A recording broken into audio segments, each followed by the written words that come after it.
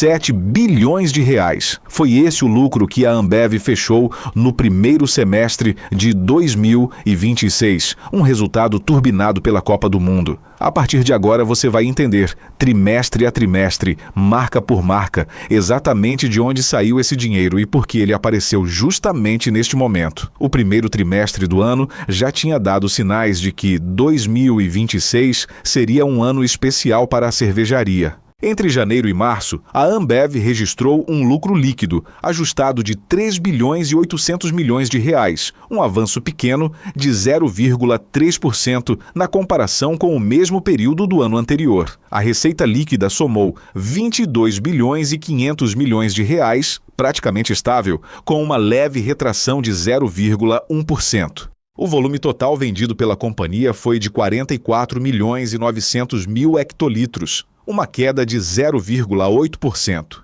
reflexo de um consumo ainda contido no início do ano. Mesmo assim, o resultado operacional ajustado da empresa, aquele que mede a geração de caixa do negócio antes de juros, impostos, depreciação e amortização, cresceu 1,5%, chegando a 7 bilhões e 500 milhões de reais, com uma margem de 33,6%, meio ponto percentual acima do ano anterior. O destaque, porém, estava no caixa. O fluxo de caixa operacional saltou 162,5%, alcançando 3 bilhões e 100 milhões de reais, e a empresa terminou o trimestre com um caixa líquido positivo de 16 bilhões e 500 milhões de reais, ou seja, mais dinheiro em caixa do que dívidas a pagar. Além do resultado operacional, a companhia também sinalizou compromisso com o acionista logo nesse primeiro trimestre, anunciando o pagamento de 700 milhões de reais em remuneração direta aos donos de suas ações, uma forma de reforçar, mesmo em um trimestre de crescimento mais tímido, que o caixa gerado pela operação estava sendo, em parte, devolvido a quem investe na empresa. Carlos Lisboa, presidente da Ambev, resumiu o momento destacando a continuidade da execução da estratégia de crescimento da companhia, apoiada em 3 pilares: expansão de categorias além da cerveja tradicional, avanço da digitalização dos canais de venda e ganhos de eficiência operacional.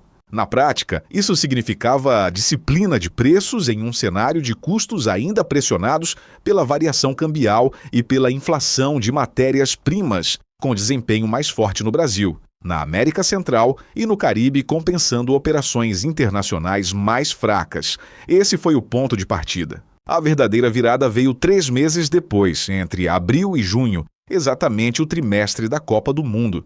No segundo trimestre, a Ambev registrou um lucro líquido ajustado de 3 bilhões 470 milhões de reais, um salto de 24,5% em relação ao mesmo período do ano anterior.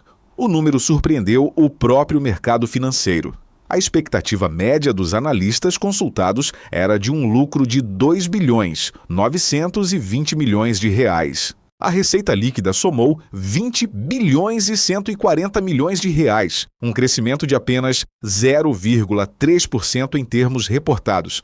Mas quando se descontam os efeitos da variação cambial, o chamado crescimento orgânico, o avanço foi de 6,1%. O resultado operacional ajustado chegou a 6 bilhões 370 milhões de reais, alta de 3,6% com margem de 31,6%, um ganho de um ponto percentual sobre o ano anterior.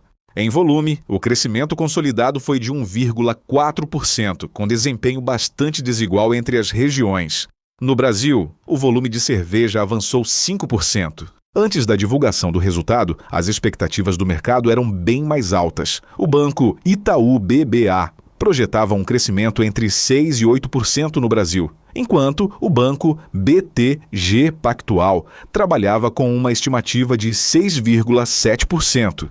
Na prática, o volume brasileiro ficou abaixo de toda essa faixa projetada. E a diferença entre o número real e a estimativa do BTG Pactual chegou a 1,6 ponto percentual negativo. Na América Central e no Caribe, a expansão foi ainda maior, de 5,4%. Já no Canadá, as operações recuaram 1,8%. O fluxo de caixa operacional impressionou, com alta de 50% e 4,5%, somando 4 bilhões e 600 milhões de reais.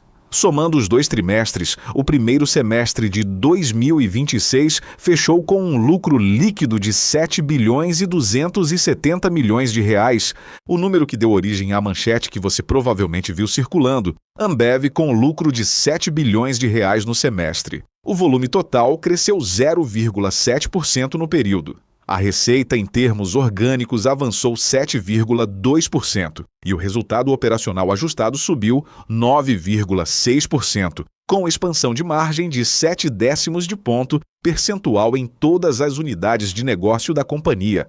Mas o número, sozinho, não explica nada. A pergunta que interessa é: o que realmente aconteceu dentro desses 3 meses de Copa do Mundo para gerar esse salto de lucro? A resposta começa no calendário. O torneio foi disputado em 3 países da América do Norte, Estados Unidos, México e Canadá, entre o dia 11 de junho e o dia 19 de julho de 2026, período que coincidiu quase inteiramente com o segundo trimestre da companhia. A Ambev não tratou o evento como um patrocínio passivo, apenas colocando a marca em painéis publicitários. A empresa organizou ativações de marketing em múltiplos países e para diferentes ocasiões de consumo, tentando capturar cada momento em que o torcedor decidia comprar uma cerveja gelada para assistir a uma partida. O efeito mais direto apareceu no aplicativo de entrega Zé Delivery. Nos dias de jogo da seleção brasileira, o número de pedidos feitos pelo aplicativo mais do que dobrou na comparação com um dia comum, mostrando como o consumo se concentrou em torno das partidas. A companhia também apostou em amostragem digital dentro do próprio aplicativo e mais de 250 mil consumidores experimentaram a marca Michelob Ultra por meio dessa estratégia durante o período do torneio.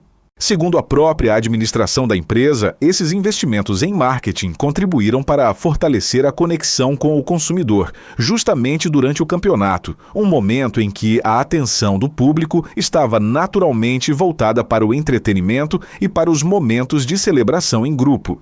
Em outras palavras, a Copa não criou demanda do zero, mas funcionou como um amplificador. Ela concentrou, em poucas semanas, um volume de consumo social que a empresa já vinha tentando estimular ao longo do ano com sua estratégia de expansão de categorias. Só que Copa do Mundo sozinha não explica por que a margem de lucro também melhorou, e não apenas o volume vendido. Essa parte da história está no mix de produtos, ou seja, em quais rótulos a empresa conseguiu vender mais. O segmento Premium, cervejas mais caras e com maior margem, cresceu entre 18% e 19% em volume no trimestre, tornando-se o principal motor de rentabilidade da companhia. Dentro desse segmento, alguns nomes se destacaram de forma isolada. A marca Michelob Ultra praticamente triplicou de tamanho no Brasil, com crescimento superior a 200%. A cerveja Stella Pure Gold cresceu 180%. Somando essas duas marcas com a Corona, o conjunto formado por Corona, Stella Artois e Michelob Ultra cresceu em conjunto cerca de 25% em volume, enquanto as cervejas tradicionais do portfólio, aquelas mais populares e de menor preço, tiveram um desempenho praticamente estável no mesmo período. O contraste é o resumo perfeito da estratégia da empresa: crescer menos em quantidade e mais em valor. E a categoria de cervejas sem álcool, que reúne rótulos como Corona Zero, Budweiser Zero, a versão sem álcool da Brahma e a linha Skol Zero Zero, avançou 30% no período. Esse movimento em direção a opções sem álcool ou de baixa caloria, que a empresa chama internamente de escolhas equilibradas, mais do que dobrou de tamanho e já responde por cerca de 7% de todo o volume de cerveja vendido através do aplicativo Zé Delivery. É um dado que revela algo maior do que a Copa do Mundo, uma mudança de comportamento do consumidor brasileiro que está bebendo proporcionalmente mais rótulos premium e mais opções sem álcool do que há poucos anos, e a Ambev conseguiu se posicionar exatamente nessa direção antes da concorrência. A empresa também usou o período para lançar novidades. Uma delas é a Spaten Pro.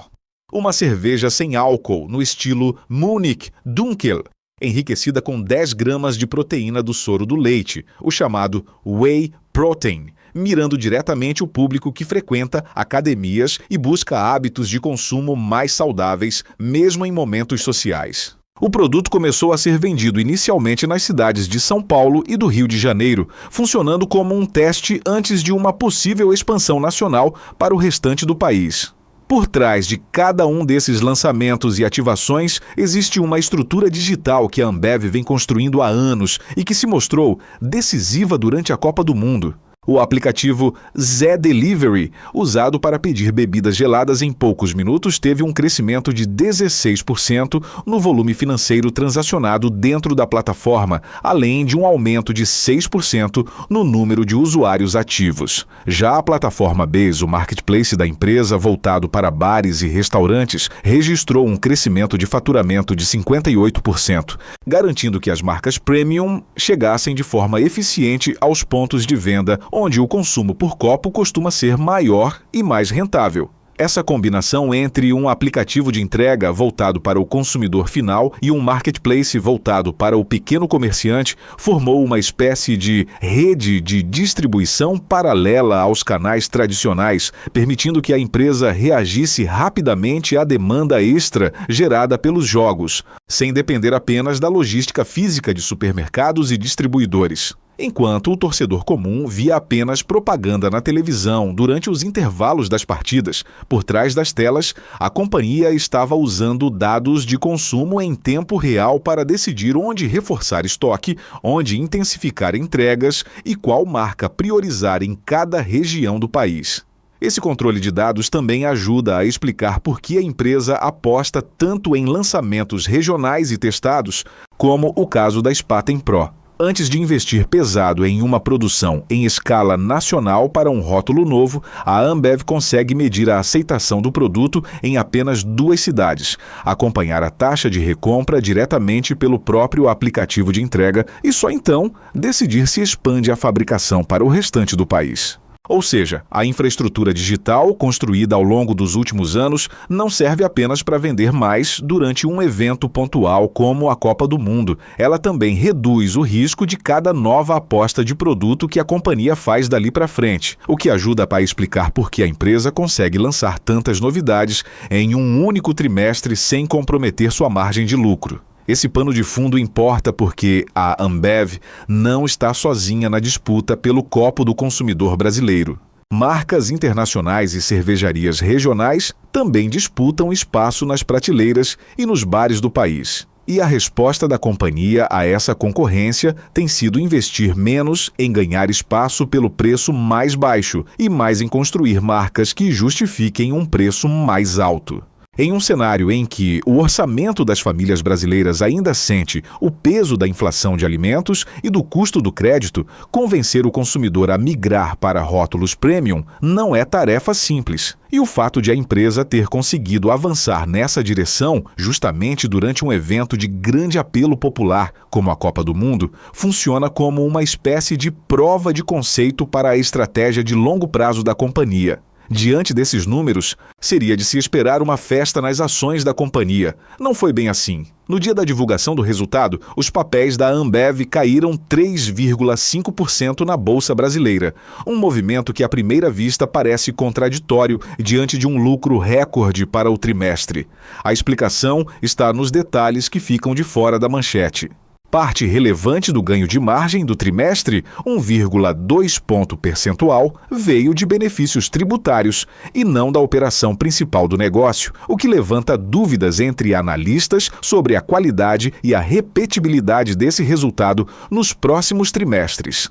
Some-se a isso o alerta do banco Itaú BBA, que identificou estoques um pouco elevados ao longo da cadeia de distribuição e vendas ao consumidor final mais fracas do que o previsto durante o próprio período da Copa do Mundo. Ou seja, o torcedor comprou cerveja para assistir aos jogos, mas não na intensidade que o mercado financeiro havia projetado. E uma parte do volume que chegou às prateleiras ainda não tinha sido totalmente escoada até o fechamento do trimestre. A leitura entre investidores, portanto, é mista. A empresa conseguiu algo real, que foi vender produtos mais caros e melhorar sua margem em plena Copa do Mundo. Mas fez isso com uma ajuda tributária pontual e com um volume de vendas ao consumidor final que ficou aquém do que a própria Ambev e os bancos que acompanham a ação esperavam antes da bola rolar nos Estados Unidos. Vale lembrar também que esse resultado não nasceu isolado. Ele é fruto de uma reorganização interna que já vinha ocorrendo desde o ano anterior, quando a empresa trocou o comando executivo e assumiu publicamente a meta de reencontrar crescimento depois de um período de estagnação no consumo de cerveja dentro do país. As três frentes citadas por Carlos Lisboa no início do ano, expansão de categorias, digitalização e eficiência, deixaram de ser apenas discurso e passaram a aparecer, número após número, dentro dos resultados trimestrais. A premiumização não é um efeito colateral da Copa do Mundo. É uma escolha estratégica que a empresa vinha fazendo havia tempo, apostando que o consumidor brasileiro estava disposto a pagar mais por rótulos diferenciados, mesmo em um cenário econômico que ainda pressiona o bolso da população. O mesmo vale para as opções sem álcool. Esse não é um nicho pequeno e passageiro dentro do portfólio da Ambev, é uma categoria que dobrou de tamanho justamente no trimestre em que o consumo de cerveja tradicional teve seu maior pico do ano, mostrando que uma parte relevante do público que assistiu aos Jogos da Copa do Mundo também escolheu cada vez mais bebidas com menos ou nenhum teor alcoólico.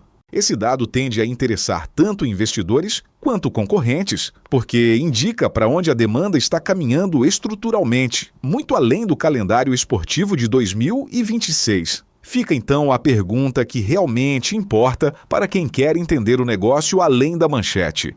Esse resultado é um efeito pontual da Copa do Mundo, que deve perder força no segundo semestre, ou é o retrato de uma transformação mais profunda na forma como a Ambev vende cerveja no Brasil? Os números sugerem as duas coisas ao mesmo tempo. A Copa deu um empurrão real e mensurável, concentrado em poucas semanas de junho e julho, quando pedidos dobraram, ativações de marcas se multiplicaram e centenas de milhares de consumidores experimentaram rótulos novos pela primeira vez.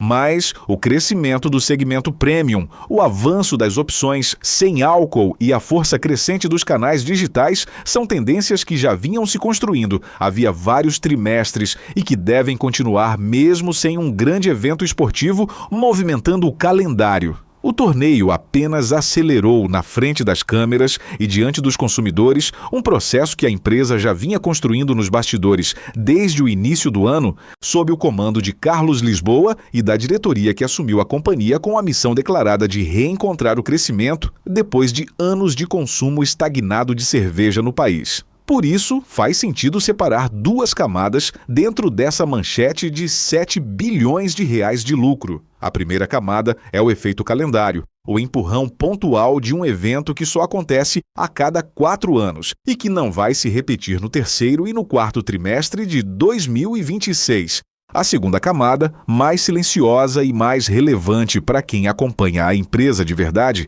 é a mudança estrutural no portfólio.